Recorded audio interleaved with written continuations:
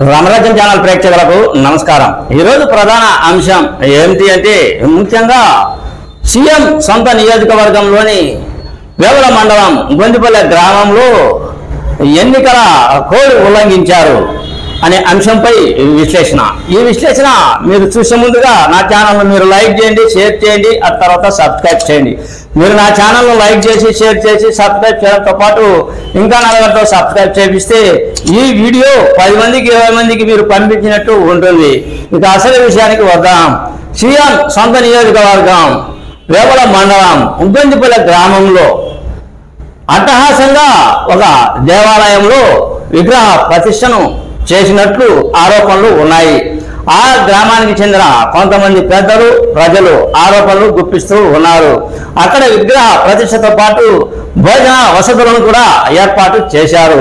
కాగా ఇదే అంశంపై జిల్లా దేవాదాయ శాఖ అధికారి స్పందించాడు। గతంలో ఎన్నికల కోడ్ ఉన్నందున గొందిపల్లె గ్రామంలో ఎటువంటి విగ్రహ ప్రతిష్ట చేయకూడదు అని జిల్లా అధికారి ఆదేశాలు జారీ చేశారు క్రింది స్థాయి అధికారులకు।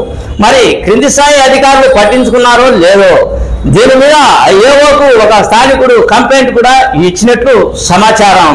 ఏది ఏమైనప్పటికీ సీఎం సొంత నియోజకవర్గంలోని వేముల మండలంలోని గొందిపల్లె గ్రామంలో ఈ విగ్రహ ప్రతిష్ఠ కార్యక్రమం కొన్ని ఆరోపణలు గుప్పిస్తూ ఉన్నారు। ఆరోపణలతో పాటు ఎన్నికల కోడ్ ముందు పులివెందుల నియోజకవర్గం సీఎం ఊరు నుంచే ప్రారంభం కావాలి, కానీ ఇది సీఎం ఊరు కదా మమ్మల్ని ఏం చేసుకుంటారు అనే కోణంలో కొంతమంది ఉన్నట్లు ఉంది।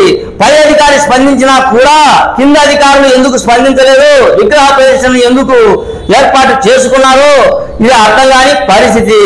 ఇది ఇలా ఉండగా స్థానికులు కొంతమంది తెలుగుదేశం నేతలు కావచ్చు, అటు తర్వాత ఆ స్థానిక సంబంధించి కొంతమంది సరిపోని వాళ్ళు కావచ్చు నా రామరాజ్యం ఛానల్ దృష్టికి తెచ్చారు। ఆ ఈవో పంపిన ఎవిడెన్స్, ఆ ఈవో జిల్లాధికారి స్పందించిన లెటరు, అటు తర్వాత విగ్రహ ప్రతిష్ట ప్రారంభోత్సవానికి ఎటువంటి కార్యక్రమం చేయకూడదు అనే ఆ లెటరు, అటు తర్వాత విగ్రహ ప్రతిష్టకు సంబంధించిన వీడియోలు నాకు పంపించారు। చూడండి ఈ వీడియోలలో ఇలా